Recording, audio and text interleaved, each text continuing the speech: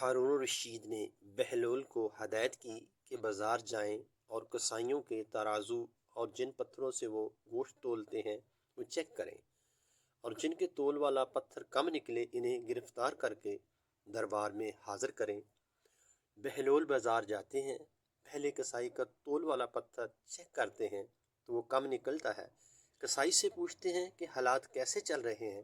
کسائی کہتا ہے بہت برے دن ہیں، دل کرتا ہے کہ یہ گوشت کاٹنے والی چھری بدن میں گھسا دوں اور اپنی نیند سو جاؤں۔ بہلول آگے دوسرے کسائی کے تول والے پتھر کو چیک کرتے ہیں، وہ بھی کم نکلتا ہے۔ کسائی سے پوچھتے ہیں کہ کیا حالات ہیں؟ وہ کہتا ہے کاش اللہ نے پیدا ہی نہ کیا ہوتا، بہت ذلالت کی زندگی گزار رہا ہوں۔ بہلول تیسرے کسائی کے پاس پہنچے، تول والا پتھر چیک کیا تو بالکل درست پایا۔ کسائی سے پوچھا کہ زندگی کیسے گزر رہی ہے؟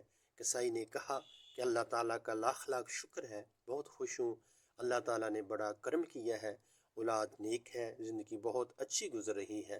بہلول واپس آتے ہیں، ہارون الرشید پوچھتے ہیں کہ کیا خبر ہے؟ بہلول کہتے ہیں کہ کئی کسائیوں کے تول والے پتھر کم نکلے ہیں۔ ہارون الرشید نے غصے سے کہا کہ پھر انہیں گرفتار کر کے لائے کیوں نہیں؟ بہلول نے کہا اللہ تعالیٰ انہیں خود سزا دے رہا تھا، ان پر دنیا تنگ کر دی تھی تو یہاں لانے کی کیا ضرورت تھی؟ آج ہمارے بھی کچھ یہی حالات ہیں، ہم نے دنیا کو اپنایا ہے، دنیا سے چمٹے ہوئے ہیں اور آخرت کی فکر ہی نہیں۔ اللہ تعالیٰ ہمارے حالات پر رحم فرمائے، آمین۔